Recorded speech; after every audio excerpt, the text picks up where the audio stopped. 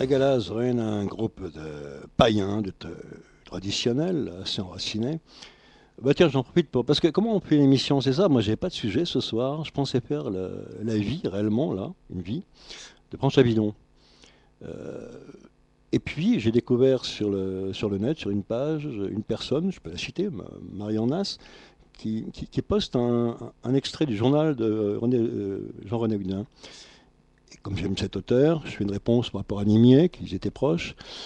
Et puis l'idée m'est venue, c'est là le point de départ, de faire une émission, après tout, sur ces personnages, et surtout, les prenant comme support, sur ce qu'est la littérature et à quoi elle sert. Voilà, je la remercie en même temps, parce que c'était le sujet, je n'avais pas prévu ce sujet-là ce soir. Euh, la littérature, aujourd'hui, celle d'hier, j'ai découvert il y a longtemps, d'autres plus longtemps que moi, tout dépend à l'âge à quel on commence à lire. Moi, je suis étonné par la tiédeur et l'absence de risque des auteurs, depuis pas mal de temps déjà. Bah, ils nagent dans le convenu, et ils viennent parader dans les médias comme s'ils avaient découvert des îles, des mondes disparus, la nouveauté, quoi. On ne connaissait pas, non? Tu parles. En vérité, le roman, il véhicule la même idéologie, hein. Et puis c'est là la ruse en plus. La même idéologie, mais sous des différentes formes d'emprunt, comme brouillant les pistes à la surface, créant une illusion à la fois de liberté et de pluralité, ce qui te fait te dire, tiens, bah, c'est une littérature libre. Non. Ce qui la sous-tend, c'est la même idéologie. Euh, oui, le but, en quelque sorte, de ces bouquins-là qui sortent beaucoup, qui marchent, commercialisés, c'est comme s'ils avaient créé des expériences innovantes qui apparaissaient, qui se multipliaient, alors qu'encore une fois, c'est un effet de miroir, simplement comme un mouvement de vague, où les choses semblent varier, mais sont tenues par la même force derrière qui les motive. Bah, c'est la grande force d'illusion du marketing littéraire, hein, qui est aux ordres du profit, de la rentabilité, sans doute, hein. Et puis faire croire au chef-d'œuvre dans certaines périodes récentes. Ça, c'est un chef-d'œuvre. Tous les médias jettent dessus, c'est un chef-d'œuvre. On peut citer par exemple les particules élémentaires de Welbeck, qui a fait un super. Comme ça, il y en a d'autres.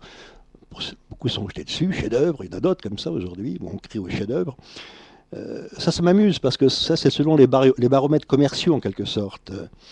Euh, c'est eux-mêmes, les médias, qui décernent le titre chef-d'œuvre à un livre aujourd'hui, euh, dans la mythologie médiatique, on va dire, ils s'inscrivent dans la mythologie médiatique pour créer une dynamique de vente, en vérité.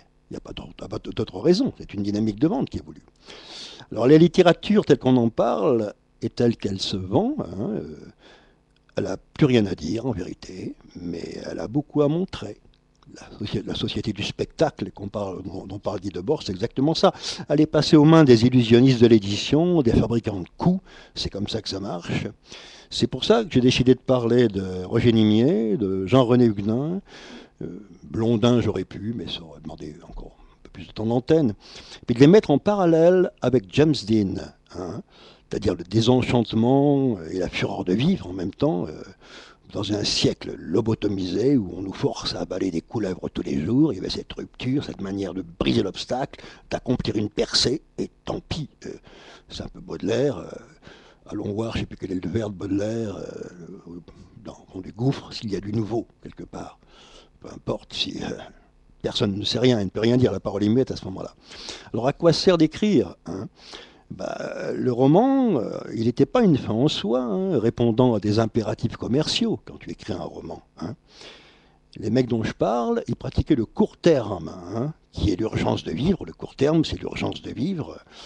Et dans ces romans, bah, les auteurs, ils se livrent une espèce de corrida furieuse avec eux-mêmes, sang et or, ce qui n'est pas le cas des faiseurs de mode qui sont attachés au genre, comme à l'étiquette, hein, bien sûr, au concept. Le concept, hein, qu'on fabrique du bout des doigts, alors toujours dans une torpeur rigolarde, sans sueur, sans angoisse, sans hantise, c'est-à-dire habité par rien. Des jeux de surface. Oui, la lucidité, et ça va de pair, et le désenchantement. Et comme disait Thomas Bernhard, écrivain autrichien ah oui, de génie, je le dis, j'ai lu toute son œuvre, le froid augmente avec la clarté. La phrase est très forte. Alors oui, justement, quand la littérature est devenue un loisir, un exutoire en même temps aussi, bien sûr, qu'elle n'est pas en phase avec l'action, très important, qu'elle agit plus sur le monde comme un puissant levier. Un bouquin ne sert pas de levier, il ne soulève pas une montagne. Il sort, il est publié, il se vend ou il ne se vend pas. Il n'a aucune action réelle sur l'univers qui l'entoure. Ça, même si certains pensent le contraire. Alors Roger Nimier, l'auteur du Hussard bleu, s'est tué en voiture le 28 septembre 1962. Jean-René Huguenin, lui, s'est tué en voiture le 22 septembre 62, quelques jours avant la mort de Nimier. Et rappelons que James Dean, auquel ils font souvent référence, on le verra, s'est tué au volant de sa Porsche un 30 septembre 1955. Là, on parle du mois de septembre pour les trois personnages. Bon, je trouve ça étrange, comme si un dieu, une puissance secrète, agissait dans la coulisse, les ramenant dans le cercle des élus, qui est aussi le cercle du sacrifice. Alors c'est la mort qui boucle le jeu, évidemment, beaucoup plus que la dernière livre de l'œuvre, on s'en doute, enfin on s'en doute pas, mais c'est une loi, c'est une règle, c'est une réalité. Et ils le savent, elle les hante. C'est ça la vraie fin du livre. Elle est plus que la dernière ligne du bouquin, c'est au-delà. La mort, c'est charnel, c'est organique, et c'est une vraie rencontre. Dans le livre, les rencontres sont plus ou moins spectrales et fantomatiques entre l'auteur et l'abîme, quelque part. Ben, si tu meurs dans le livre, tu l'écris plus n'importe comment. Tu peux approcher. Non, tu peux pas. Il manque, on va le voir, cette dissociation entre le rêve, la pensée, l'intellect et l'action. Ou tu es dans l'action, tu n'es pas dans la pensée, dans la réflexion, dans la création. Ou tu es dans la création, comme un ermite ou pas, peu importe. Tu peux aussi écrire dans un café sur un coin de table, tu n'es pas dans l'action, évidemment, bien sûr. La hantise des auteurs dont je parle, c'est pour ça qu'ils rejoignent l'emblématique James Dean dans tout ça, c'est la coïncidence exacte, quasiment impossible, ils le tentent désespérément, de la pensée avec l'action. Alors que la plupart des auteurs, tous, sont dans la pensée, entre guillemets, la création, et l'action, c'est leur quotidien ordinaire. Ils n'impliquent pas leur littérature dans leur mythologie personnelle au quotidien. C'est deux mondes différents. James Dean, on verra pourquoi. La mort boucle le jeu, oui, à la fin d'une vie, évidemment. Et elle ajoute à l'œuvre qui reste, de la chair, du sang, et aussi un mystère incompréhensible, qui n'était pas dans l'œuvre du vivant de l'auteur. Cette résonance d'un seul coup qui se fait. Ben, c'est le fameux pourquoi auquel l'homme moderne ne sait plus répondre. Roger Nimier, l'auteur des Enfants tristes, du Hussard bleu, un grand livre comme Les épées, où l'écriture est aiguisée, mordante, bien sûr, comme une mâchoire inutile qui se referme sur rien. Oui, aujourd'hui, et son époque aussi. Nimier écrira: à cela, on nous dira qu'il est très mal de ne pas prendre de risques au sujet de la liberté de la justice chez les hommes. Mais notre détachement ne serait pas profond si une dernière raison n'intervenait. Il n'y a plus lieu d'attendre l'avenir.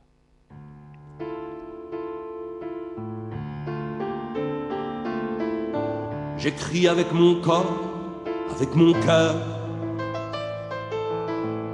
avec mon désaccord, avec ma peur. J'écris dans mon raffut comme on libère l'oiseau pris dans la glu et sa colère. J'écris pour faire appel à la criée, me donner des nouvelles de ma santé. J'écris d'un ongle noir, loin en dedans, planté dans la mémoire qui perd son sang. J'écris contre la montre, sautant les haies. J'écris pour, j'écris contre, au cran d'arrêt. J'écris comme on vieillit, comme on s'adosse au mur du temps qui fuit, rongeant mon os. J'écris pour que s'efface peut-être enfin ma gueule dans la glace du quotidien. J'écris, je ne sais plus, pas pour l'amour, pour cette vie perdue, jour après jour.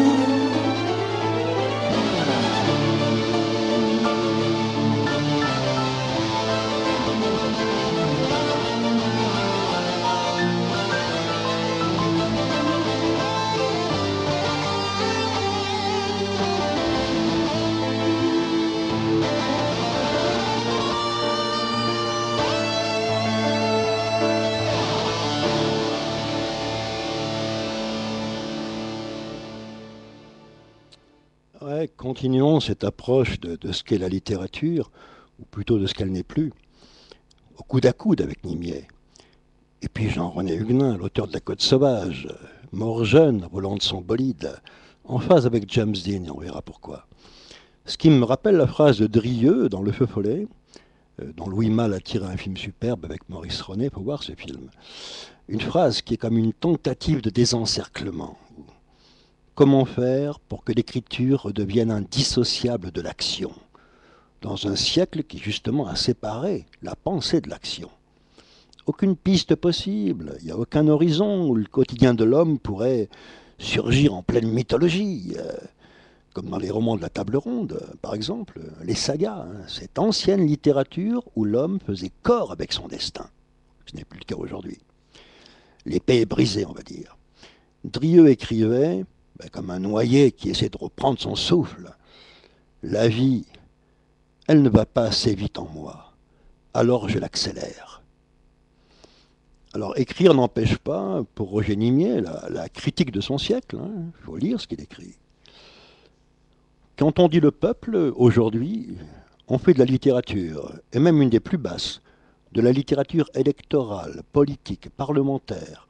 Il n'y a plus de peuple. Tout le monde est bourgeois, puisque tout le monde lit son journal. Le peu qui restait de l'ancienne, ou plutôt des anciennes aristocraties, est devenu une basse bourgeoisie. L'ancienne aristocratie est devenue, comme les autres, une bourgeoisie d'argent.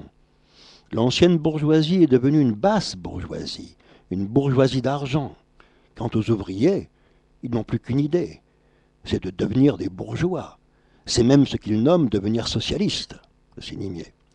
Ou bien, ce n'est pas une des moindres ignominies de la République que d'avoir affirmé cette prétendue dignité du travail. On a immolé sur les autels de cette divinité autant de victimes que sur les autels de la guerre. On a créé le mythe de la production à tout prix, la haine du silence et des jeux. Alors Blondin, Antoine Blondin, revoir le film Le Singe en hiver tiré de Gabin, tiré de son livre, mais relire Blondin, bien sûr. Blondin, un Nimier qu'on appelait les hussards à l'époque, ce courant littéraire, c'est encore des mots journalistes, comme il y a eu les existentialistes, les beatniks, mais c'était plus élitiste, plus relié à quelques individus seulement, les hussards. À partir du hussard bleu de Nimier, qui avait été dans l'armée hussard, il appartenait à un régiment de hussards. Blondin Nimier, les fameux hussards, c'est quoi? C'est Paris la nuit, c'est l'alcool, c'est le jazz, c'est les voitures rapides, à l'époque de Sagan aussi. Jean-René Huguenin, l'auteur de La Côte sauvage, qui est paru en 1960, son livre, c'est un flamboyant, à la fois un solitaire. Il reconnaît les profondes ressemblances qu'il y a entre lui et Nimier, ce qui n'empêche pas de dégainer et de croiser le fer, ce sont des hussards. Dans son journal, Huguenin, à la date du 2 décembre 1958, il dit, en parlant de Roger Nimier, sachant tout ce qui les ressemble en vérité, il lui manque quelque chose, un poids, du tragique, un rêve. Son intelligence éclaire tout, et elle ne respecte pas ces grands repères d'ombre où notre mystère se tapit. Il explique trop, il n'inquiète pas. C'est pertinent, c'est pointu, c'est aiguisé, c'est superbe cette manière cette critique. Elle est peut-être qu'esthétique par rapport à Nimier. Voulant faire briller le fer pour que Nimier le remarque, c'est possible. Nimier étant quand même à l'époque important dans l'édition française, en tant qu'auteur chez Gallimard. Je rappelle, on en parlera. Le livre de poche, c'est lui qui l'a lancé, entre autres.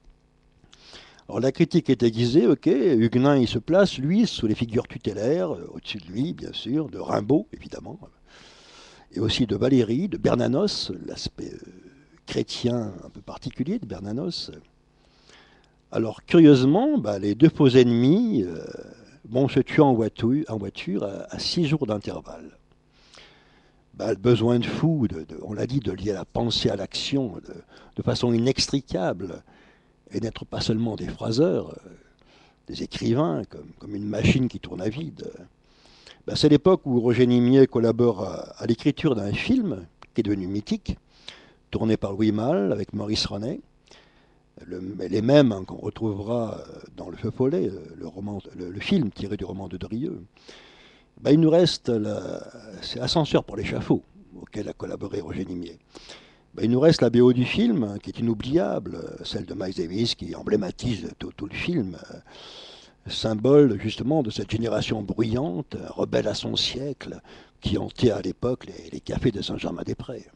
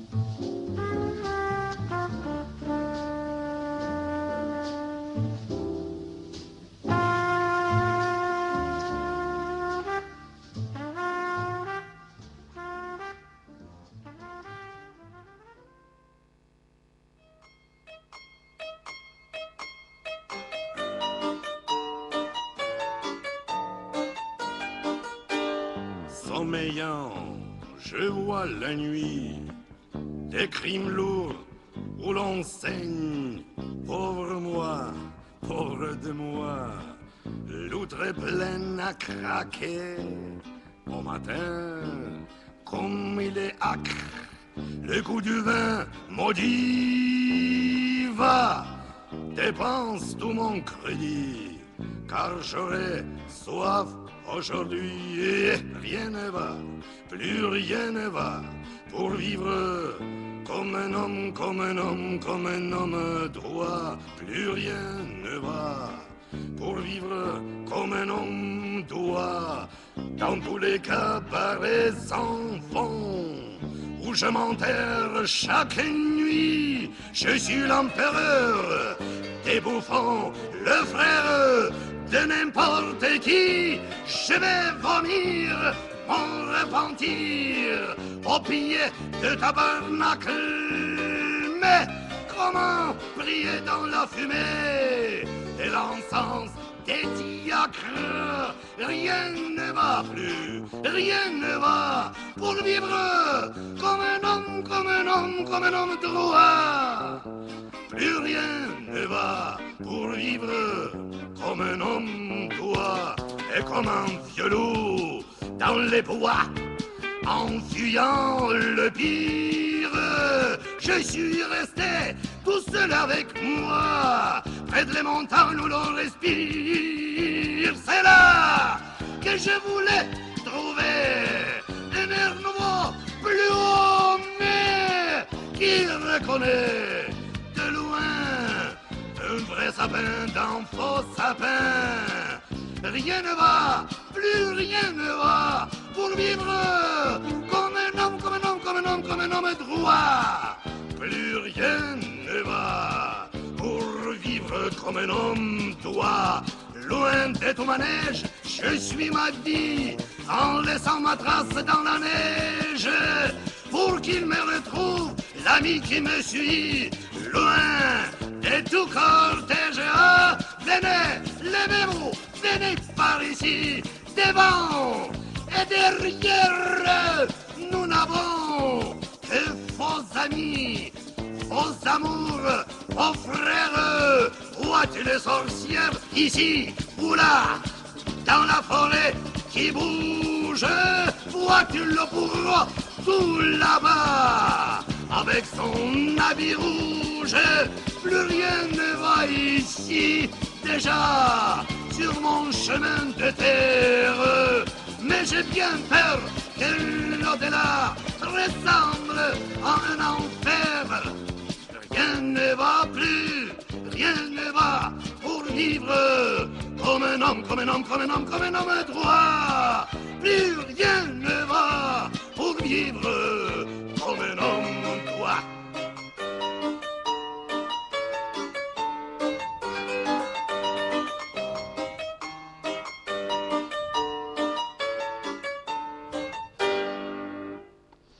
Ouais, Vladimir Vysotsky, c'est un chanteur russe, superbe. Vysotsky, c'est un météore lui aussi. Il a été brûlé par l'alcool, il est mort trop tôt. Et Marina Vladi, qui vivait, elle a vécu avec lui, il l'avait découvert dans un cabaret où il chantait en Russie, à Moscou. Et elle l'avait ramené en France. Donc il a sorti des disques en France ensuite. Ils vivaient en couple tous les deux. Puis il y a eu séparation, il était invivable. Alcool non-stop du matin au soir. Mais cette déchirure, cette tentative d'aller au-delà, de percer et d'être brûlé, dévoré, bien sûr. Il n'est pas sur un trône d'or en train de nous regarder. Enfin, moi, je ne connais rien au mystère de l'après. Ok, je ne m'avance pas non plus. Ouais. Un grand chanteur, ouais, grand chanteur. On l'écoutera plus tard dans la soirée, mais en langue russe, sa langue natale, bien sûr. Ouais. Alors, bien sûr, en parlant de l'époque, Blondin, Nimier, Huguenin, je cite Louis Malle, qui a vécu avec eux et qui dit: on se moquait de l'intelligentsia stalino-bourgeoise de l'époque. On partageait la même passion, les voitures rapides, les voyages improvisés au milieu de la nuit. Ça, c'est Louis Malle qui rend témoignage de leur manière d'être et de vivre à cette époque. Alors on sait aussi les relations clandestines de Nimi avec des mecs de l'OS qui venaient le voir dans son bureau des éditions Gallimard. Là encore, l'impuissance de l'écriture et celle de l'action, dissociées, qui ont perdu toute leur plénitude antique qui reliait les deux. Celle où les bardes exaltaient les combattants, où leur chant s'élevait et soulevait l'action des hommes dans une putain de haute lumière. Peu importe si pour celui qui regarde, ce qui reste est sordide et horrible. L'action en elle-même, comme de l'alchimie, elle devient de l'or pur. Pour qui? Pour celui qui la vit, c'est un grand mystère, oui, dans une seconde, une courte seconde, une rapide seconde, où tout se joue, où tout se modifie, où tout se transmue en quelque sorte, où tout est où tu peux tout changer. On peut tout changer en un quart de seconde. Je n'ai pas dit qu'il va aller se flinguer, mais ce qu'ils l'ont fait. Je ne parle pas du suicide par désespoir, par amour, comme l'ont fait de nombreuses personnes dans la vie. Il y en a plein les journaux. Je parle de gens comme Monterland, ou de gens ou des stoïciens, de la Rome ancienne, qui avaient une éthique de la mort. Pour les personnages dont je parle, ce n'est pas des suicides, ce sont des accidents. Mais il y a cette course à l'abîme, cette volonté d'aller plus loin, plus fort, de la limite de James Dean pour renverser et traverser ce putain d'horizon, qui fait que y a un clash obligatoire. Alors que dans nos vies à nous, confortables de lecteurs liés au loisir et non pas à l'épaisseur du livre, je parle en général, je ne me cite pas dans le nombre, dans le troupeau. Mais bon, il n'y a pas d'accident, des petits accidents du quotidien, on va dire. Aucun qui permet d'un seul coup une mystérieuse percée au-dessus de toi-même, un éclairement de ton action, à l'instant, dans la seconde, oui. Leur vie, leur manière de vivre, pour Roger Nimier, l'écriture, elle est devenue stérile en quelque sorte. Elle ne se confronte pas directement au mystère, réellement, directement, je dis bien, et à la mort, évidemment. C'est aussi où le rock, à la même époque, déferle en France. Époque James Dean, justement, pour nous, Elvis, Gene Vincent, Jukebox et Blouson de cuir. Bon, j'ai bien connu cette époque, début 60, 1960 en France. Moi, j'avais 15 ans, je me rappelle, penché sur le transistor, j'écoutais les événements des barricades d'Alger, sans rien comprendre à la politique. C'était pour la puissance du mythe qui me rappelait Fort Alamo. Des mecs encerclés, ils vont tenir, pas tenir. Et j'étais pas le seul, le politiquement correct n'avait pas encore envahi la musique et les mœurs à cette époque. Alors les auteurs dont je parle, et d'autres, sortaient en livre de poche. Oui, le livre de poche qui était créé par Roger Nimier, qui valait quasiment rien, les premiers livres de poche. Tu pouvais réellement le lire et le jeter. Je ne le jetais pas, je le gardais. Attends, c'est un beau livre en même temps, avec les 1000 couvertures. Mais tu pouvais le jeter, le racheter en quelque sorte, pour montrer le peu d'argent, je ne me souviens plus, mais que tu devais dépenser pour acheter un livre de poche, ce qui n'est pas le cas aujourd'hui. Il est quasiment le prix d'un livre. Mais ces premiers livres de poche, couvertures, que je les retrouve, je les rachète sur les quais, parce que je me rappelle des couvertures de ces livres. Et c'est Roger Nimier qui a créé cette édition des livres de poche, qui n'existerait pas, à la portée de tout le monde, on va dire. C'est pour ça qu'adolescent, préadolescent même, j'ai dévoré des tas de livres de poche. Ça coûtait quasiment rien, quoi. Plus tard, des polars aussi. C'est une autre histoire. Non, c'est la même. La même, bien sûr. Elle se répond, il n'y a pas de paradoxe. Et les auteurs dont je parle, bon, ben, ils sortent en livre de poche, donc on les avait plus facilement, ils étaient accessibles. J'ai lu le tout, même du Jean Hougron. Qui Jean Hougron aujourd'hui? Je lisais ce qui sortait, quoi. Jean Hougron, allez go, Jean Hougron. Bon, je m'en fous, je n'ai pas retenu Jean Hougron. Malaparte, La peau de Malaparte, des livres qu'on ne lit plus aujourd'hui, Caput de Malaparte. Je sais plus, Les Trois Mousquetaires, Dernier Mohican, enfin tout. Bompard, hein, avec son canoë qui traverse l'Atlantique, les aventures en bibliothèque verte ou en roman d'aventure. Et en poche, surtout Dostoïevski, bien sûr, le grand. Enfin, bon, il y avait une tonne, c'était les débuts, mais de nombreux livres sortaient. Et tu avais les Roger Nimier, le Hussard bleu. Tu avais le Hussard bleu qui était sorti. Tu avais le Voyage au bout de la nuit de Céline, qui existait en poche, je l'avais. Et je dis bien préado. Rimbaud, couverture bleue, je ne l'ai pas, là, je l'ai gardé. Numéro 800 et quelques, 860, je ne sais plus. On le voit, chapeau, son chapeau de bourlingueur, les cheveux longs, fumant sa pipe, très jeune. C'est un esquisse qui est fait par Verlaine, je pense, avec sa espèce de redingote de bohème, comme ça. C'était la coupe sur fond bleu du livre de poche de Rimbaud. Bon, pour dire l'importance du livre de poche à cette époque, qui a été créé par Roger Nimier. Eh bien, la lecture de Dostoïevski, de Rimbaud ou de Nimier, elle coïncidait parfaitement avec, pour moi, les livres d'aventure que je disais avant. C'est-à-dire Le Dernier des Mohicans, Les Trois Mousquetaires, les aventures de Bob Moran, peu importe, c'était de la sous-littérature, on va dire, mais d'action. Et les deux, pour moi, coïncidaient. Je trouvais dans les deux cette transcendance de l'acte et de la personne, même dans le nihilisme des enfants tristes. Quelque part, il parle à un moment dans Les Enfants tristes, Nimier, j'ai plus ça en tête, mais je me souviens, il est dans Paris, il voit la rue et il dit il sent la fin du monde. C'est quand même une phrase qu'on retrouve dans Les Tricheurs, les films de Carnet entre autres, où il y a une surboom géante à Saint-Germain-des-Prés, et Terzieff avec son cuir, il est là, avec Jacques Charrier, il y a Pascal Petit qui joue, et il dit à Charrier, je ne sais plus les mots exacts, mais il y a là tout ce que j'aime, ça sent la fin du monde. Et ça, c'est fort, parce que ça parle autrement que la chronologie linéaire d'un film. Ça amorce une verticale, ça amorce une percussion avec autre chose. Ça amplifie quelque part, ça amplifie l'événement, bien sûr. Ça lui donne une dimension, allez, eschatologique, apocalyptique. Apocalyptique, oui, réellement. Comme si le monde allait s'écrouler. Après, on verrait. Donc, parce que Nietzsche, écrire avec son sang, oui, c'est ce qu'avait dit Nietzsche, je retiens cette phrase, écrire avec son sang, et pas qu'avec l'encre devenant du sang, et pas d'une plume légère, comme ça, en buvant son thé, en allant s'allonger, en faisant un tour dans le parc, en revenant, avec des angoisses de petit bonhomme, une faculté intelligente à écrire, mais on peut être styliste aussi en même temps, pourquoi pas? Bon, on a dit les talents, ça existe, bien sûr. Je ne parle pas de ça. Je parle de ceux qui ont été brûlés et dévorés par leur œuvre. Dans l'autre sens, c'est un cercle, ça marche dans les deux sens. Bah, écrire avec son sang, comme disait Nietzsche, c'était le test pour reconnaître l'authenticité d'un auteur. Depuis Rimbaud, oui, même François Villon, évidemment. Et ces auteurs, ils sont devenus, bah oui, on le sait bien, je vois la Nouvelle Obs en librairie, dans les kiosques tout à l'heure, en venant, j'ai vu un kiosque, hors série de Nouvelle Obs, les chefs-d'œuvre de la littérature française. Je ne savais pas qu'il y avait ça, tout à l'heure. Alors je vois Céline, je vois Marguerite Duras, je vois, je ne sais plus, des figures emblématiques. Bon.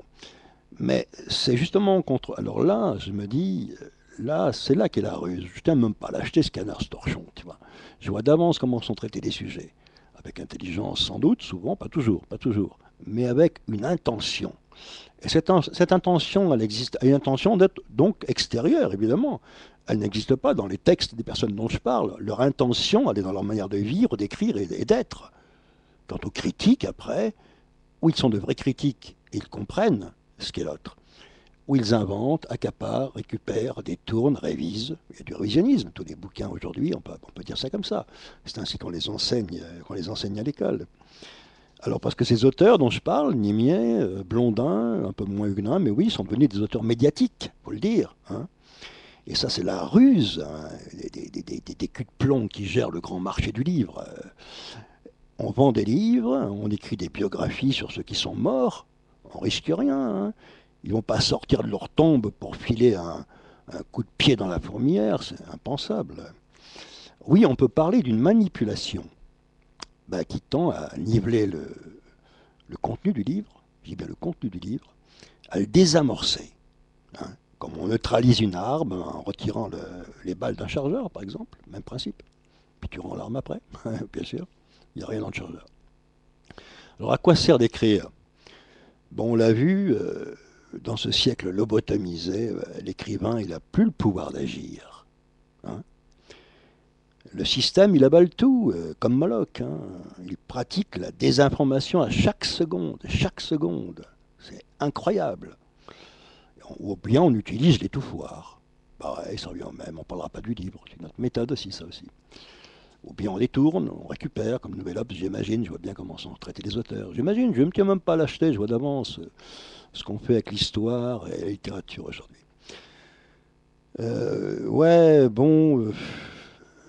Tout ça c'est du spectacle. C'est le grand guignol, toujours. La vitrine, c'est la télévision, évidemment, c'est pour ça qu'il y a du spectacle, multiplié en plus. Et puis la masse décervelée, elle applaudit. On lui propose quoi? Elle n'a pas de destin. C'est important à dire. Une vie, c'est pas un destin. Une vie, c'est une vie. Je suis né, je vis et je meurs. Peu importe ce que je fais entre les deux, ça s'appelle une vie. Un destin, c'est pas placer soi-même. On n'est pas une divinité, une hauteur au-dessus de sa vie, mais ça ressemble à ça. Sauf que c'est quelque part, comment dire, pour les anciens, dans les religions anciennes scandinaves, le destin, c'était une divinité qui était supérieure à tous les autres dieux. Elle était au-dessus, celle qui emportait tout le jeu. Avoir un destin, c'était participer, faire un avec la grande course qui t'amène nous. On entre dans la mythologie, réellement, en tant qu'être humain, sur la Terre, en 2013, et non pas 1000 ans en arrière, parce que les mythologies, on dit, c'est du passé. Non, la mythologie se vit aujourd'hui. Si tu prends conscience que tu habites un destin. Et un destin, bien souvent, ne demande pas une fin heureuse, un happy end. Ça, c'est une vie qu'on cherche, qui tue les angoisses. Un destin demande de faire un avec sa propre course. Dans la mesure où tu es en mouvement, évidemment, c'est notre histoire. On peut être aussi léthargique, rivé, englué, paralysé, prisonnier. Alors, cette histoire, Le Hussard bleu de Roger Nimier, qui est un livre très fort, est-ce qu'il a changé quelque chose? Il n'a rien changé du tout. La mort de James Dean, un mouvement rock'n'roll derrière qui a suivi, il n'a pas changé grand-chose non plus. Celle d'Artaud, même chose. Celle des Texans sur les remparts de Fort Alamo, ça n'a rien changé, tout ça. Pourquoi? Par contre, il y a eu la récup médiatique, pour le loisir des cons, tout simplement, pas pour la prise de conscience, pour le loisir des cons. Ceux qui lisent les doigts de pied en éventail, ils ne sont jamais percutés, bouleversés par une œuvre, profondément, ce qui appelle un réveil, en quelque sorte. Je pense à ce que me disait hier Tony Bayarja, on était dans un café, au sujet des auteurs rebelles, sur leur nature réelle, dans un monde qui nous vide pour nous remplir de toute la quincaillerie de la marchandise, de la consommation du siècle. Vivant à l'intérieur, mort à ce monde. Et je pense à un chanteur de folk blues qui est déchiré, qui est brûlé par sa propre vie et qui a voulu les flammes et l'intensité d'être lui-même jusqu'à en mourir pour échapper au chaos rampant qui nous empoisonne tous les jours. Un auteur, un chanteur, grand chanteur qui a son heure de gloire, jadis aux États-Unis, qui avait été oublié, zappé par les médias, bien sûr, comme un vulgaire chien crevé, jeté dans la fosse d'oubli. Et peu avant sa mort, Tony le rencontre, je crois, en Allemagne, je ne sais plus, ou en Hollande, je ne sais plus, dans un bar, un cabaret où il chante. Il a réussi ce miracle, Tony Bayarja, c'est-à-dire le remettre en selle et lui faire un album, le dernier album, celui de la fin, puisqu'il est mort après, brûlé par sa propre vie. La saison des âmes, titre de l'album. Il est encore vivant avec toute sa charge émotionnelle et on ressent encore l'abîme, les brûlures. Il suffit d'appuyer sur la touche play. 1, 2, 1, 2, 3.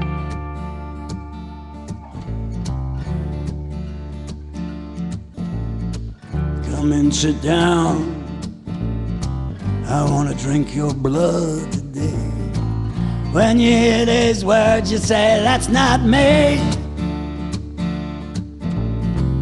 when a lover you discover, and then you turn and take another.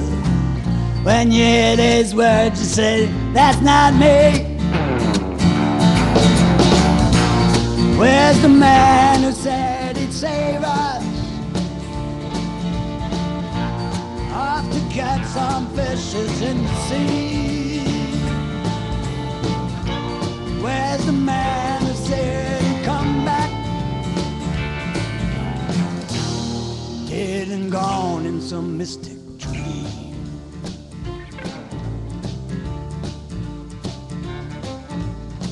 When you sit in front of your TV, you dream about how it could be. When you hear these words, you say, that's not me. You go into the church to pray, and then you steal the very next day. When you hear these words, you say, that's not me. Where's the man who said he'd save us? Up to catch some fishes in the sea. Where's the man who said he'd come back? Dead and gone in some ancient tree.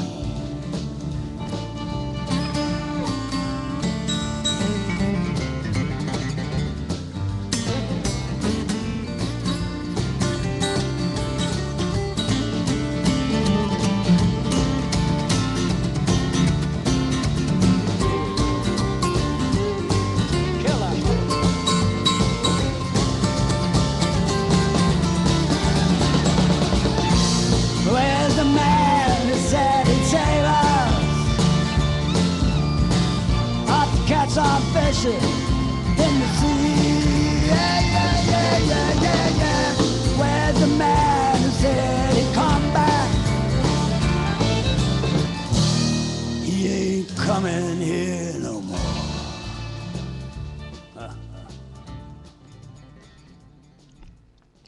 Alors, l'humour de Roger Nimier, après une crise, alors il y a eu des problèmes de tachycardie, il a eu une crise cardiaque, on va dire, donc il s'en sort bien, qui a entrouvert l'abîme quelques instants, hein. Et il s'en sort justement par une pirouette, il joue l'autodérision, et il dit, en écrivant, « Bien que malade imaginaire, je ne vais pas très bien. De noirs papillons flottent devant mes yeux, le palpitant grogne, les nerfs se débinent, et un Nimier tout seul est en bien mauvaise compagnie, comme dirait Valérie. » Voilà, c'est Nimier parlant de sa crise cardiaque.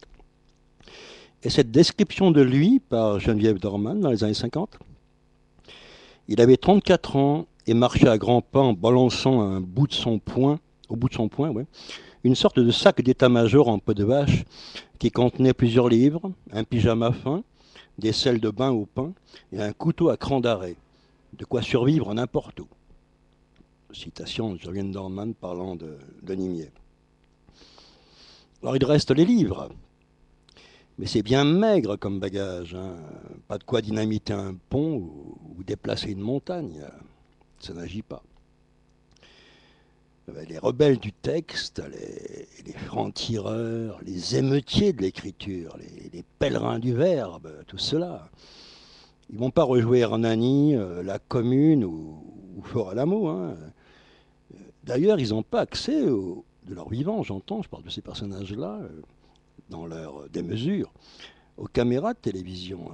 La société marchande, elle veille avec ses chiens policiers. Attention à ce que tu fais, à ce que tu dis, à qui tu es. On le voit dans le scolaire, par exemple, là où on est censé ouvrir des livres, hein. Il existe une tentative de normalisation des lectures et des expériences faites par les auteurs, hein. C'est une modélisation qui est faite à outrance, partout, elle est présente dans tous les livres, sans respect pour l'ego, on va dire l'ego créateur, de celui qui a créé l'œuvre, réellement, et de chacun, qui cherche la volonté de tuer le magicien dans l'œuf, hein, pour éviter qu'il se reproduise. C'est exactement ça leur magie noire. C'est ainsi qu'ils ont appris à régner, hein, en fermant la porte aux enchantements, aux autres réalités, en réduisant l'imaginaire à une simple vue d'esprit, pas plus, très réducteur, hein, et ils osent du haut de leur trône supérieur. Nommer ce qu'est le mystère, le secret, la mort, l'imaginaire, réponse à tout avec 2 neurones dans le cerveau, j'y crois pas. Oui, comme si... oui, une littérature malléable à distance, hein, qui engage pas l'homme, qui bouleverse pas sa vie, qui est purement à la surface, même si c'est bien écrit, ce qui n'empêche pas. Je ne parle pas de ça, je parle de ce qui est senti derrière, de l'abîme qui sourde à l'arrière des mots, du récit, de l'histoire. Même s'il semble, comme le Grand Molne, par exemple, que j'ai lu gamin, plus tard, longtemps, souvent, écrit avec une grande simplicité des mots, quand tu étudies le texte d'Alain Fournier, les phrases sont courtes, pas toutes, mais pour la plupart, assez simples, la description est assez simplifiée, mais il y a un jeu d'équilibre et de résonance, une atmosphère est créée de cette manière-là. Si bien que, même si tu es pris par le livre, mais les referments, waouh, la résonance sourde et magique du livre, c'est pas Artaud, c'est pas une écriture flamboyante qui déchire, qui innove, qui surprend le lecteur, absolument pas. Tout est dans le récit et dans l'émotion qui est créée par les descriptions, par les situations, par les mots choisis. Des mots simples, choisis, mais agencés d'une manière qui fait que, comme un ciseleur, il tape juste. Tout est juste. Et tu ressens tout de suite... tu es au bord du mystère quelque part dans ce livre, avec la nostalgie, le regret, peu importe à quel âge tu le lis. Hein. Si tu es très jeune, c'est le mystère, c'est le regret de ne pas pouvoir vivre ce genre d'aventure, pour simplifier. Si tu es plus âgé, c'est la nostalgie d'un paradis perdu, d'un monde dans lequel tu aurais pu pénétrer un jour, que tu as frôlé, c'est mon cas, et tu n'as pas franchi la ligne. Tu n'as pas sauté de l'autre côté du mur pour aller voir. Tu aurais pu le faire, aller plus loin. Il y a toujours une prudence quelque part, même si on s'engage loin. C'est comme si tu conduis à 170 km/h sur une autoroute, puis quand même tu rétrogrades, quoi, voilà. Quoi. Non, James Dean, il appuie à fond sur le plancher, lui. On verra pourquoi. On verra pourquoi, parce que c'est intéressant aussi de savoir pourquoi on appuie à fond lorsqu'on a une grande maîtrise de son véhicule et qu'on n'a pas spécialement envie de mourir en vérité. Mais il y a un défi, là, un défi qui dépasse l'homme et sa petite volonté agissante, qui agit à sa place. Comme si un dieu dangereux, oui, prenait la place de la personne et agissait à sa place. Quand on dit que quelqu'un est habité, c'est exactement ça. Dans le scolaire, donc, on le voit bien, on pourrait aujourd'hui appeler la littérature, je vais inventer un mot, la littérature publicitaire, peu importe la forme qu'elle prend. Hein. C'est une littérature de la forme, hein, justement, du télévisuel, hein, dont le fond s'est transformé sournoisement, et ça se voit pas, en idéologie. Hein, une même pensée, mais qui est articulée sur des registres différents, ce qui donne l'illusion du pluralisme, des échanges, de la créativité, la bonne arnaque, quoi. Alors on lit plus que des textes qui sont vidés de leur substance, hein. Ou alors, il faut réapprendre à lire. C'est important, cette phrase, ce que je viens de dire. Il faut réapprendre à lire. Lire autrement, on va dire. En littérature, les stratégies, elles sont finement pensées, comme dans toutes les pubs, hein. C'est celles de l'an 3000, hein, qu'ont pas prévu Huxley et Orwell. Hein, les concepteurs publicitaires, ils savent parfaitement comment résumer un roman sous la forme d'un slogan qui frappe. Hein. C'est l'un des signes du naufrage. Hein, lorsqu'on peut réduire un roman à une formule. Hein. L'auteur écrit son livre à partir d'un certain code, en imaginant d'abord... Aujourd'hui, quand l'auteur écrit un livre, il l'écrit à partir d'un certain code, en imaginant d'abord comment, avant d'écrire, on parlera du livre. C'est marrant comme mécanisme. Parce qu'on y lira à l'intérieur, ça vient pas hanter ses nuits, ça c'est clair. Hein. Le livre, c'est d'abord ce qu'en diront les médias. C'est à ce moment-là seulement que le livre commence à exister. Hein, comme un pantin monté sur ressort qui est vidé de son contenu, qui agite les bras dans le vide. Littérature. Prononcez le mot à voix haute. Littérature, en tout cas pour moi, le mot est devenu lourd à prononcer. Hein. Et sa phonétique, elle pèse comme une plaque d'égout. Littérature, pour moi ça fait lourd aujourd'hui. Il a fini par avoir la force d'oubli d'un tombeau en même temps. Ouais, d'un tombeau. Et on voit s'agiter autour de lui, de ce mot-là, Beaucoup de clowns de service, hein, qui savent rire des blagues du maître quand il le faut, en se lançant dans des provocations convenues. Hein, tout est convenu. Ce sont des codes qu'ils respectent, les lâches, en faisant croire à la transgression. Il n'y a aucune tentative de sabordement à la télé, en littérature, dans tous les arts, peu importe. Ou de plongée profonde à l'intérieur de soi-même. Hein. Aucune envie, comme dit Baudelaire, d'aller chercher du nouveau réellement, mais de paraître, de surprendre et de vendre. Ça, c'est des termes de publicité. Alors restons dans les convenances et les prétentions, bien sûr. Nous ne sommes pas seuls en vérité. Les auteurs dont je parle, ceux qui sont morts et d'autres, bien sûr, ils n'ont pas déserté le champ de bataille. Ils sont là en nombre porté au-dessus de nos vies, là, présents maintenant. Et nous savons ce qu'ils font, au cœur de l'œuvre. Loin derrière les vitrines de Noël du marketing où on vend les bouquins, ils intègrent la mort au jeu de la vie, comme une répétition du drame. Ils placent les balles dans le chargeur et ils nous donnent une arme en état de fonctionner. Je parle de l'œuvre quand elle est neuve, quand elle n'est pas passée au crible de la critique, quand tu la ressens toi directement, paf, tout de suite, sans lire d'abord ce qu'on en dira, pour pouvoir la comprendre autrement. Non, un auteur te parle, mais pas d'intermédiaire de salopard entre toi et lui. C'est un langage direct, ça s'appelle l'honnêteté et le dialogue. C'est leur fonction, et ils nous montrent donc, dans ces œuvres-là, comment rester hors d'atteinte des promoteurs de la pensée unique qui nous empoisonnent tous les jours, qui sont eux inviolés, intacts. Nos auteurs à nous, eux, sont aussi intacts, mais intacts en nous, dans nos émotions et nos sensations. Si on ne s'est pas baisé, justement, par l'enfumage et le révisionnisme de la critique dans la littérature. Il suffit de réarmer constamment l'imaginaire.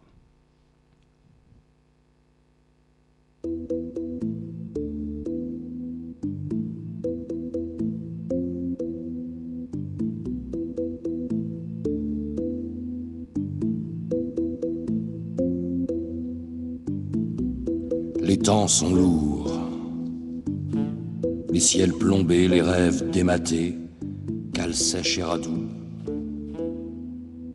Nous errons dans des humanités molles, des modernités floues, main moite et jarret qui lâchent, cœur au devant pourtant, vieux point rouge qui se serre. Parmi les perroquets péremptoires qui picorent et pérorent, ça écœure. Et nous attendons les orages, les grandes eaux, les grands vents, les folles trouées, de quoi étancher les hautes soifs qui travaillent nos nuits et nos jours, nos crépuscules de dieux ivres qui rôtent sur les crêtes. Les mises au pas, les mises à pied, les mises en plis planétaires des belles draperies d'hommes, c'est dans l'air. Alors, allez-y, pliez, coupez, cousez à vif, tapez vos chiffres dans nos plaies, charcutez-nous bien jusqu'à l'os, sous vos pains totales et vos neuroleptiques. Faites le vide dans la tête du taureau, les oreilles et la queue dans le formol des cliniques de l'avenir.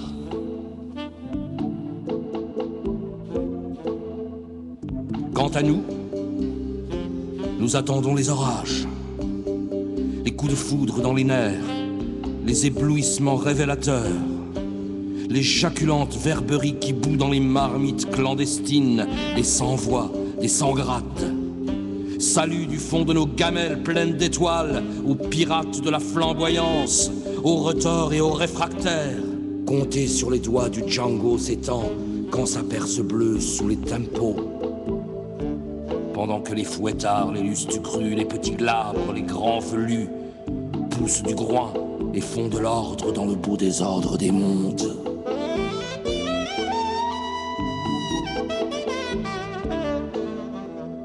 J'ai dans la horte un rouge-gorge qui m'embrase le répondeur. Allô, c'est moi, je suis ailleurs. Si je reviens, visez au cœur. Les absents sont-ils encore dans l'annuaire? Ils font semblant de se taire. Ils se terrent loin dans le ventre chaud de la terre. Pendant ce temps, à l'amarrage, nous attendons les orages. On bricole, on fait les patiences, On fait le mort dans tous vos bridges. On fait son singe dans l'arbre, on ne dort que d'un œil. On engrange d'autres savoirs. On résout des équations incandescentes à 1000 inconnus lézards qui se dort au soleil d'un éternel été. Dernier chamelier des caravanes intérieures, danseur de lune, là-bas, dans les dunes, nous attendons les orages.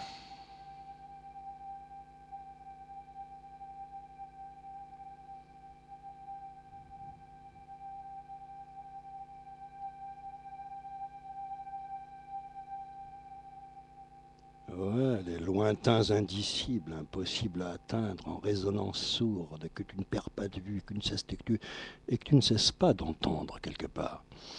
Pourquoi James Dean? En décembre 58, 3 mois après sa mort, Antoine Blondin, après la mort de James Dean, Antoine Blondin le cite dans sa préface du Werther de Goethe, qui va apparaître en livre de poche, justement, couverture bleue, je l'avais, je me souviens, où il est dit dans la préface de Blondin que James Dean est de la postérité du héros werthérien de Goethe. Ça, c'est Blondin, l'un des hussards. Le journal Combat, de cette époque-là, publie le portrait de Roger Nimier, qu'il nomme, c'est la légende en dessous du portrait, le James Dean français. Et 2 mois plus tard, Jean-René Huguenin, il écrit une chronique sur Lermontov, c'est un auteur russe qui a été tué dans un duel, auteur d'un grand livre, un héros de notre temps, que vous pouvez trouver en livre de poche, il faut l'acheter, il faut le lire. Moins connu que d'autres auteurs russes, mais important. Et Huguenin dit à son sujet, en parlant de Lermontov, tué mort jeune dans un duel, l'auteur du livre, je répète, un héros de notre temps, si vous voulez le trouver, de Lermontov. Huguenin écrit, à son sujet justement, dans sa chronique, en parlant de Lermontov, le poète russe, qui est mort en 1841, il me semble, je ne sais plus. James Dean a 100 ans. Ça, c'est la formule de Huguenin. Et il écrit, dans la même chronique, en comparant James Dean à Lermontov, le même pressentiment les obsède. En 1841, Lermontov écrit « Je sens que je n'ai pas beaucoup de temps à vivre ». Et James Dean, en 1950 et des poussières, la fameuse phrase « Ah, il faut vivre vite, car la mort vient tôt ». Ça, on l'avait gravé dans nos pioles à l'époque. C'était une phrase emblématique pour toutes ces générations rock'n'roll. Huguenin, il se tuera au volant de son bolide le 22 septembre 62. Il avait 26 ans. Ouais. 8 jours après, à sa mort, donc le 28 septembre, Roger Nimier, il corrige ses épreuves chez Gallimard, épreuve de son dernier livre, D'Artagnan amoureux, qui est un très bon livre. Et il note à la main, à la fin du chapitre qui précède l'épilogue, « En vérité, j'étais fort jeune, ces temps derniers. À cheval planché », c'est D'Artagnan qui parle, hein. Il n'y a que les routes pour calmer la vie. On est le 28, il corrige les épreuves, il note cette phrase. Au bar du Pont-Royal, à côté de chez Gallimard, bar bien connu, il voit Antoine Blondin et Louis Malle qui ont décidé de bosser avec lui sur Le Feu follet, l'adaptation au cinéma du livre de Drieux avec Maurice René. Quelques semaines avant l'accident, Nimier dira à Simone Gallimard, hein, sur le ton de l'humour noir, « On me retrouvera mort sur l'autoroute ». Prémonition, étrange. Et là, je pense aussi à James Dean. Lorsque Nick Adam, qui a joué dans La Fureur de vivre, lui annonce la mort de 2 de leurs copains, James Dean répond, imperturbable, « T'en fais pas, je serai le 3e ». Et on connaît la suite, peu de temps après. Sa Porsche gris métallisée numéro 130, pulvérisée au carrefour de Grabuine, entre Hollywood et Salinas, à 170 km/h. Oui, il roule assez vite. Une Plymouth arrive sur la route transversale, mais lui, James Dean, a la priorité. Mais la Plymouth s'est engagée déjà. James Dean a une Porsche, quand même un bolide, et il dit au mécanicien qui est assis sur le siège à côté de lui, Keval Ravlezrik, qui aura les jambes, plus de jambes lui après, mais vivant. Il témoignera donc. Il dit à Ravlezrik, il a la priorité. Mais l'autre s'est engagé déjà. Je m'en fous, j'ai la priorité. Il enfonce il enfonce l'accélérateur. 170 km/h, il passe pas. Pan, le clash. La Porsche pulvérisée. Eh ben pour nous, au début des années rock, il était l'archange au blouson rouge, celui qui menait la horde sauvage. Alors l'alcool, la nuit, la vitesse, Roger Nimi au volant de son Aston Martin rouge, tout un symbole. À côté de lui, une jeune femme blonde qui vient de publier un premier roman chez Gallimard, Cenciare de l'Arconne, un nom d'une autre époque. Et puis c'est le choc, hein, sur l'autoroute de l'Ouest, l'Aston Martin fracassé, ils meurent tous les deux. Et ben ouais, le hussard a terminé sa course.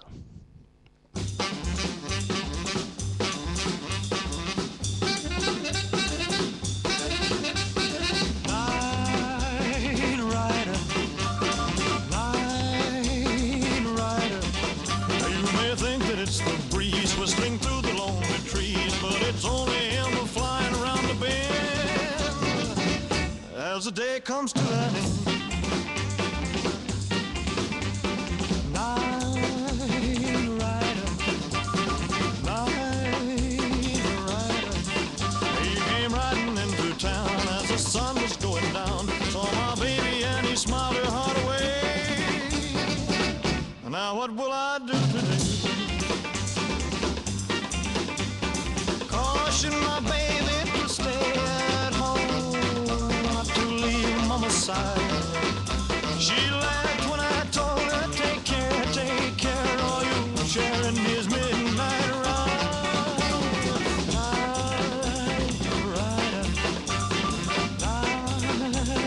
rider, since you stole her out of sight, I ain't had a peaceful night. Night rider, won't you let my baby be? Come on, send her back to me. Caution my baby to stay at home, not to leave mama's side. She laughed when I told her, take care, are you sharing his midnight ride?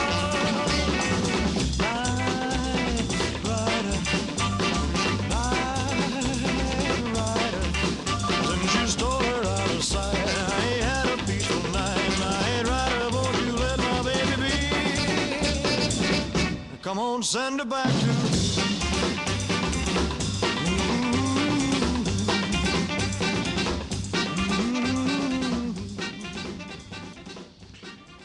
Ouais, là on parle de brûlure. Même la chanson qui passe. C'est une cavalcade sauvage. Et elle est plus dévorante que certains récits. Mais la littérature, bah, c'est un mot sans épaisseur. Hein. Et parlons pas de la poésie, hein, qui est pourtant le genre suprême, hein, qui est proche de l'extase, qui est capable de communiquer immédiatement des visions, des sensations, des images. La poésie, elle reste la Cendrillon pauvre de la littérature. Hein.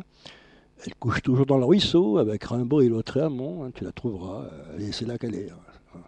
On la vend pas, non, sûrement pas, non. On la jette, on la pousse.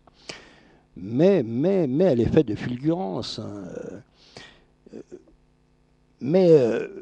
Je dis qu'elle couche dans le ruisseau avec Rimbaud et Lautréamont, mais Rimbaud et Lautréamont, ils ont aujourd'hui leur nom dans tous les livres, ce qui prouve l'obscénité de ce système, hein, qui détourne, récupère ce qu'il touche. Du haut de ses prétentions, il donne des leçons, il indique une direction à suivre, il sélectionne, il impose ses choix. Ben, ce totalitarisme des imbéciles, ça crève les yeux, il faut être con pour pas le voir, et pas jouer leur jeu, sûrement pas. Bah, il semble aussi que des gens lucides s'en accommodent. C'est ça qui est dingue aujourd'hui. Ils sont emportés aussi dans la spirale des compromissions, on n'y échappe pas. Ouais. Fut une époque où j'écrivais des poèmes, il y a longtemps que je n'ai pas écrit de poèmes. J'ai fait 3 recueils, 4, allez. Les Clairières du Dessous en 66, oh que ça date. Magda et Diamant de l'Aube, écrit à l'hôpital psychiatrique Lavéran, désolé les amis, en 70, une époque un peu tourbillonnante. Café Abelka, qui est ici, je peux le montrer, il est introuvable, c'est même pas de la pub. Une photo du Café Abelka à Vienne, ce café existe, café littéraire. Et puis Journée d'exil, le dernier recueil que j'ai fait il y a quelques années, voilà, ça date un peu. Et je voudrais vous lire un poème que j'ai écrit qui est justement consacré au Grand Maulne. Puisque je me suis perdu une époque en Sologne à la recherche du domaine sans nom du Grand Maulne, de façon charnel, viscéral, fuyant le moindre village, la moindre maison, la moindre habitation, cherchant la forêt profonde où rien n'existe en dehors de la forêt, des animaux qui y vivent, des mystères du sous-bois, chercher cette allée merveilleuse qui ouvre sur ce domaine sans nom dont parle le livre, un peu comme Schliemann, l'archéologue, qui à partir de l'œuvre d'Homère découvre les ruines de Troie réellement archéologiques, à partir d'un livre qui est un livre... L'Odyssée d'Homère, bon, on peut le prendre, pas spécialement comme un livre d'une grande exactitude, il est mythologique, on va dire, il est mythique. Je voulais faire la même chose avec le domaine sans nom du Grand Moll. Je ne raconte pas les détails de cette aventure, ils sont trop complexes. J'ai fait des émissions là-dessus, découverte d'un personnage qui s'était suicidé dans les bois en 1949, c'est compliqué. Le but n'est pas là. C'est un poème que j'ai dédié qui s'appelle Augustin Moln, voilà exactement. Que j'ai écrit, voilà, je vais vous donner la date du recueil de poèmes. Café Velka, c'est sorti. Oui, c'est noté où tout ça? Ça va être ici, désolé. En 1994. Ils écrivent ça en lettres, même pas en chiffres. 1994, voilà. La mort reste allumée longtemps après la mort. Elle tient le corps emporté à l'abri des avalanches, dans les climats glaciaires d'avant la chute. On a froid, on y est bien. C'est ainsi que Moln livra son ultime bataille.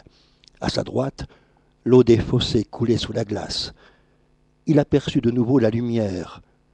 Au bruit de ses pas sur la terre gelée, un chien se mit à aboyer avec fureur, lui renvoyant dans le miroir aveugle l'écho nostalgique, la dose mortelle, l'herbe grise, l'infiniment perdu.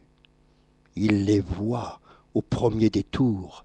Seule la mort l'en empêche, qui le retient dans le souffle ombreux des sapins. Ardoise grise et sommeil diurne sur lui. Il joue l'extinction du feu tant qu'il vivra, dans la chambre qu'il a choisie, la fièvre de l'or au fond des yeux, par-dessus les beaux livres rouges et or, et l'envie de pleurer, si forte, sur ce chemin inconnu à suivre, où toute bataille est perdue. Il sait, après la mort seulement, le bohémien enlève son bandeau. Je le revois, dans le fracas clair de l'après-midi, secouant les vitres et le paysage, traversant les greniers de l'enfance, avec sa mort sur l'épaule. Ô mon frère en absence, j'ai tant prié pour toi, que j'en ai la bouche sèche et l'effrayante angoisse au cœur.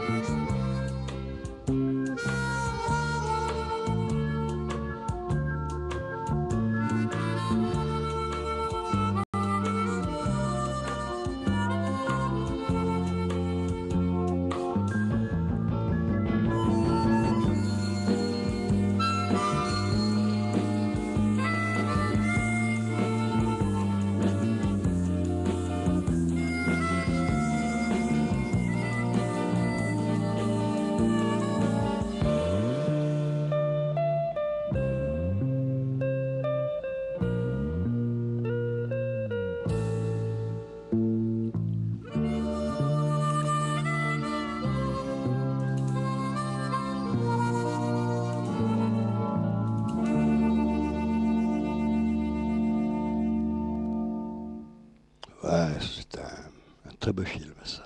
Johnny Guitar. Rien à voir avec le Grand Moll, sinon l'émotion, puisque ce sont les grands espaces de l'Ouest américain, le film. Mais l'émotion, oui, en dehors du contexte, de la formalité, des images, de l'histoire. Déshabillons tout ça et retenons comme un feu l'émotion brute. eh bien, elle est en phase avec cette aventure en Sologne. Pour moi, oui, bien sûr, comme d'autres œuvres musicales. Aujourd'hui, la littérature, elle est simplement passée aux mains des marchands, hein. Parce qu'elle était faible, vidée de sa force.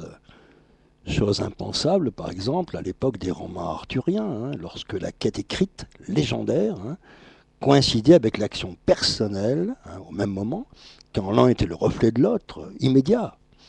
Aucune place pour les discoureurs, on les trouvait dans les tavernes, dans les échoppes de marchands, dans les salons des courtisans. La littérature n'était pas un loisir, elle donnait un sens, une orientation, elle montrait des pistes, des routes oubliées, des vertiges, l'imaginaire debout, auquel on peut se heurter comme à un objet. Ces tentatives d'incarnation de l'œuvre et de l'homme, elles sont rares. Le discours, aujourd'hui, il a éliminé la chair, le sang, le souffle, la vie, qu'on devrait trouver dans une œuvre exigeante d'auteur, je veux dire, qu'elle fasse 5 pages ou 600 pages, peu importe. Oui, c'est d'abord une exigence d'auteur, c'est important à dire, parce qu'il n'invente pas, il crée, il donne forme, il met au monde, hein, il révèle, il éclaire, et lui il s'épuise, il perd du sang, comme dans les blessures les plus réelles. C'est un univers entier qui sort du vide, sans concession aux lois du dehors, il a ses propres lois. On l'accepte, on ne l'accepte pas, on le ressent, on ne le ressent pas. Mais l'indépendance d'une œuvre, aujourd'hui, l'indépendance d'une œuvre, elle est très rare. Elle est quasiment... elle n'est pas sans risque, en plus. Elle n'est pas sans risque. Dès que tu te mets en avant avec une œuvre écrite, indépendante, sans concession, on va dire, elle n'est pas sans risque.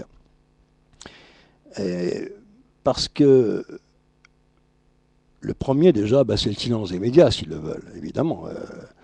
Ça limite la portée du livre et ça le tient à l'écart. C'est une très bonne et une parfaite stratégie, hein, bien sûr. Parce que les pestiférés, les cracheurs de feu, ils n'ont pas droit à la grande parade. On veut des clowns habillés de normalité. Hein. On le voit bien à la télévision, qui récitent des histoires déjà écrites, très important à dire, et qui mettent surtout pas le feu au chapiteau, évidemment, qui n'inversent pas les lois du jeu, évidemment. On vit dans un siècle étrange, hein, qui multiplie les formes et puis qui les vide en même temps de leur contenu, de façon obsessionnelle. C'est une nouvelle imprimature, plus subtile, qui dit jamais son nom, évidemment. J'ai travaillé quelques années, en 2007, à un livre qui s'appelle « Enquête sur le roman ». Je peux le montrer aux éditions du Souffle. On y trouve d'autres auteurs, je ne suis pas le seul, évidemment. Il y a Jean-Luc Moreau, il y a Michel Déon, Jean Probulesco, Bernard Noël, Frédéric Tristan, Arnaud Borde, David Mata, Luc-Olivier Dalgange, puis d'autres, pas mal d'autres. Voilà, on le trouve quasiment plus, hein, mais je vais vous montrer là. J'arrive à caler une bonne caméra, montrer, voilà, Enquête sur le roman. Et puis si je me casse la gueule, ça ne marchera pas non plus. Voilà. Ouais. Moi je le vois à l'envers, non, je le vois à l'endroit, c'est bon. Ouais. Je me crois dans mon miroir. Bon, c'est paru en 2007. Et donc... ma réponse, qui clôt mon intervention dans le livre, à la question « Quel serait votre idéal littéraire ?» J'ai gardé une relation adolescente avec la littérature, les souvenirs des premières lectures, l'émotion neuve, le saisissement des mots, le vertige, l'impression d'avoir littéralement disparu dans le livre. Ce sont des lectures des années 50, comme les Bob Moran, la Brigade légère de Jean Muret, les romans d'aventure et la boulimie des premiers livres de poche, aussi bien Jean Hougron, je le recite, Karko ou Dostoïevski, un tourbillon ouvrant une multitude de pistes, des possibilités d'écriture, c'est-à-dire d'aventure. La prairie de Fenimore Cooper, le domaine perdu du Grand Moln, ou le cachot mental de Kafka, la naissance d'autres variations dans la sensibilité du lecteur, qui fait de grands pas en lisant, parcourt le livre en temps réel, comme un voyageur. Ce n'est pas un idéal, mais la tentative de retrouver un monde perdu par l'écriture, un espace dans lequel on puisse se déplacer librement, corps et images. C'est un rêve d'enfant impossible à atteindre. Je le considère comme un pouvoir perdu, que nous avons eu un jour, il y a bien longtemps, et pas seulement à l'époque des bardes, des sorciers. Je me souviens des vieilles paysannes en Auvergne, de l'emploi des mots dans la tradition orale, le grand livre ouvert, qui prolongeait et amplifiait mes lectures, mes peurs, mes émerveillements. C'est cette spontanéité des temps de l'âge d'or que je recherche, derrière l'écriture, avec ou sans personnage, dans les abstractions, les soubassements du livre, ou dans ce qui est montré. Ramener un peu de réalité perdue sur la page, dans le cercle, et en faire l'expérience, à la fois comme alchimiste et comme le goûteur de vin ou de poison. Je crois de plus en plus à la notion d'urgence en littérature. Il y a une façon extrême de lire, oui, il y a une façon extrême d'écrire, pardon, comme il y a une façon extrême de lire, un même mouvement, en réponse au chaos du siècle. When Johnny comes marching home again, hurrah, hurrah, we'll give him a hearty welcome then, hurrah, hurrah. The men will cheer, the boys will shout, and the ladies, they will all turn out, and we'll all be gay when Johnny comes marching home. When Johnny comes marching home again, hurrah, hurrah, we'll give him a hearty welcome then, hurrah, hurrah. The men will cheer, the boys will shout, and the ladies, they will all turn out. We'll all be gay when Johnny comes marching home, yeah.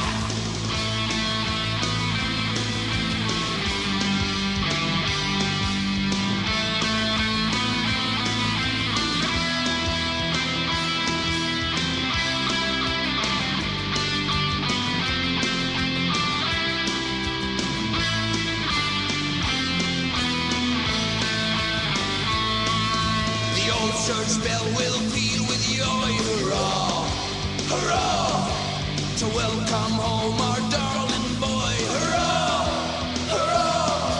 The village lads and lasses say, with roses they will strew the way, and we'll all feel gay when Johnny comes marching home.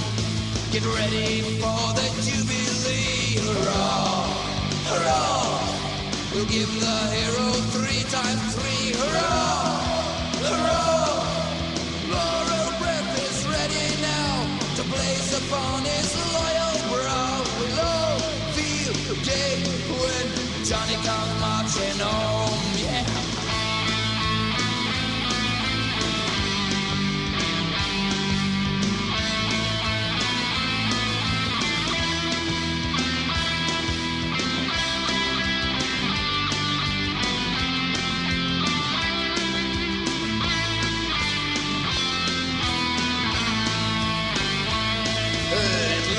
Friendship on that day, hurrah, hurrah.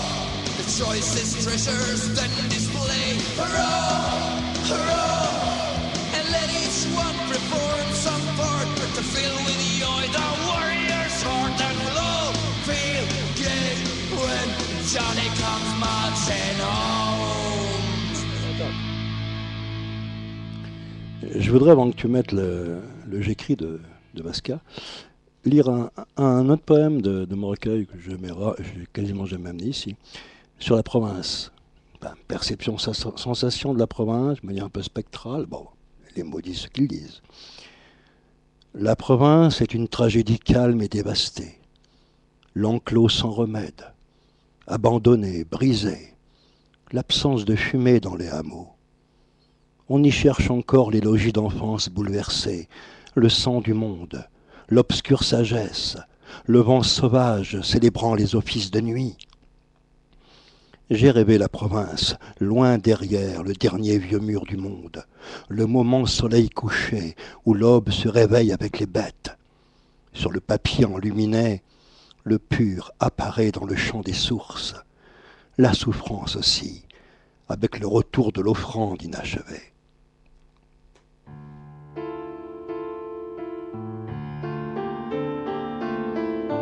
J'écris avec mon corps, avec mon cœur,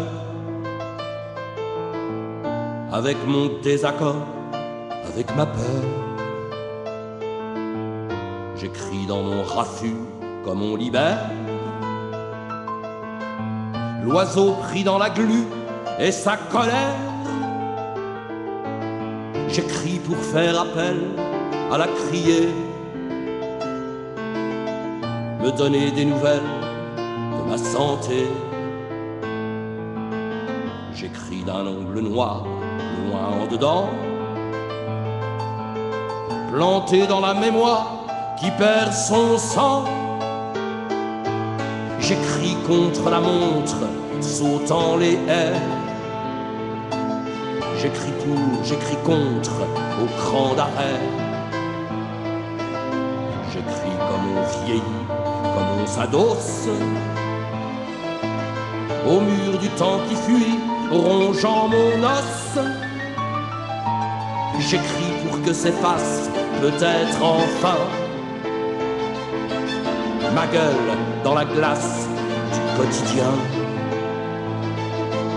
J'écris, je ne sais plus, pas pour l'amour, pour cette vie perdue, jour après jour.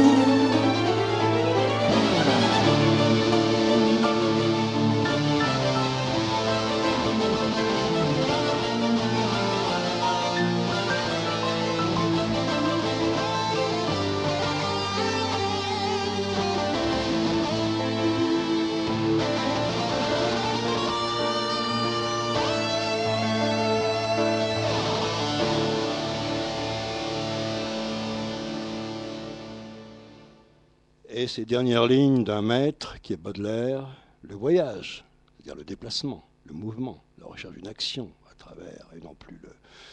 Même si quelqu'un a écrit, Xavier Forneret, le voyage autour de ma chambre, ce n'est pas ce que veut dire Baudelaire, il rejoint la piste qu'on a prise ce soir. Un extrait du voyage, c'est le chant, on peut appeler ça comme ça, ou la strophe 8, tout le monde la connaît, hein. Ô mort, vieux capitaine, il est temps, levons l'ancre. Ce pays nous ennuie, ô mort, apparions. Si le ciel et la mer sont noirs comme de l'encre, nos cœurs que tu connais sont remplis de rayons. Verse-nous ton poison pour qu'il nous réconforte. Nous voulons, tant ce feu nous brûle le cerveau, plonger au fond du gouffre, enfer ou ciel, qu'importe, au fond de l'inconnu, pour trouver du nouveau.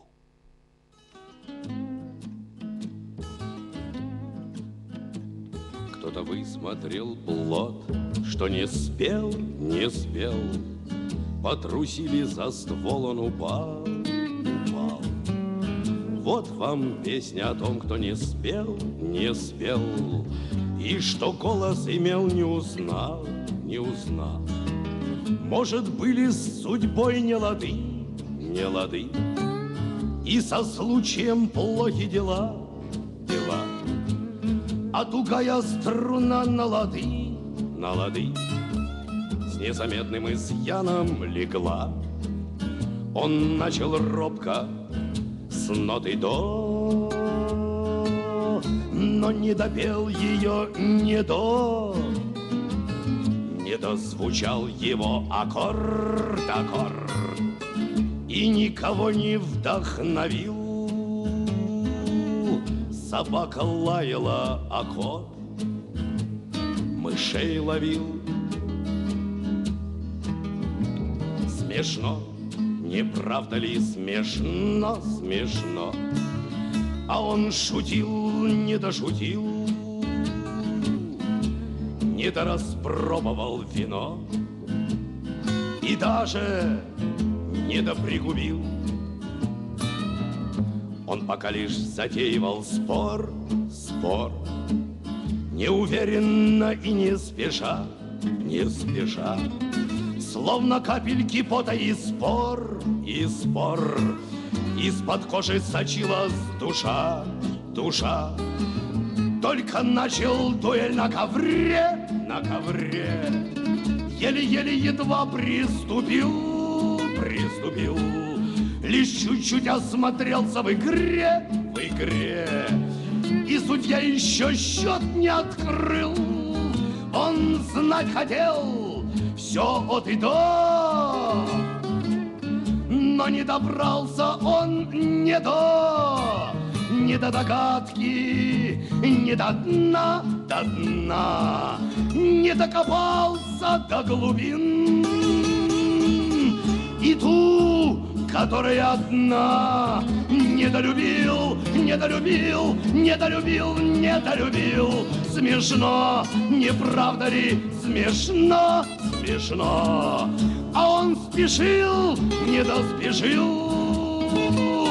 Осталось недорешено все то, что он недорешил. Ни единою буквой не лгу, не лгу. Он был чистого слога слуга, слуга. И писал ей стихи на снегу, на снегу. К сожалению, тают снега, снега. Но тогда еще был снегопад, снегопад. И свобода писать на снегу. И большие снежинки град он губами хватал на бегу. Но к ней в серебряном ландо он не добрался. Bah, Lisandre, merci d'avoir bossé avec toi ce soir. La dernière fois, j'étais derrière, là, complètement paralysé par tous ces boutons. J'ai tout oublié. Et puis, il y a de nouvelles méthodes de travail maintenant. Pourtant, je t'avais donné une leçon là, 2 semaines avant, mais c'est vrai que... Oui, écrire sur un papier, c'est pas évident. Heureusement que Didier est venu régler tout ça, quoi. Et puis, bon, bah, je vous souhaite quoi? Rien du tout, parce que ce putain de monde, il va basculer un jour. Moi, je me souhaite en tout cas, non pas crever dans un lit comme un vieux con, mais un fort à l'amour. Oui, ça, c'est sûr. Bon, c'est entre moi et moi, j'ai rien dit. À la prochaine fois, émission sur Arsène Lupin, j'annonce à l'avance. Merci de cette soirée, Lisandre. Merci à toi, Jean-Paul. Merci aux auditeurs qui ont écouté, bien sûr. Alors, vous retrouvez l'émission demain à 19h en audio sur le site de la radio. Et en vidéo. Et en vidéo dans peu de temps. En vidéo dans peu de temps, je vais m'en occuper juste après l'émission. Dans la matinée, elle sera disponible. Voilà, dès demain, en vidéo sur le site www.rimlive.com, RIMLIVE.com, où vous retrouvez toutes les vidéos de la radio. Et si vous voulez acheter les émissions en format MP3, c'est rimcast.fr. Et je vais profiter de la conclusion pour passer un petit clin d'œil à des amis qui sortent leur premier album aujourd'hui. C'est Rue de Prague. J'en avais déjà parlé à l'antenne. Mais voilà, l'album sort aujourd'hui. Il est enfin disponible. Donc, il faut aller sur leur Bandcamp, ruedeprague.bandcamp.com, et vous pourrez écouter l'album en entier. Mais là, tout de suite, on va écouter un extrait, justement, de cet album. Donc voilà, je les salue et bravo à eux pour avoir réussi à accoucher de ce petit bébé qui va déferler dans les oreilles de tout le monde, je pense. En tout cas, sur les vôtres. Bonne nuit à tous. Vous êtes sur Radio Ici et Maintenant. À très bientôt.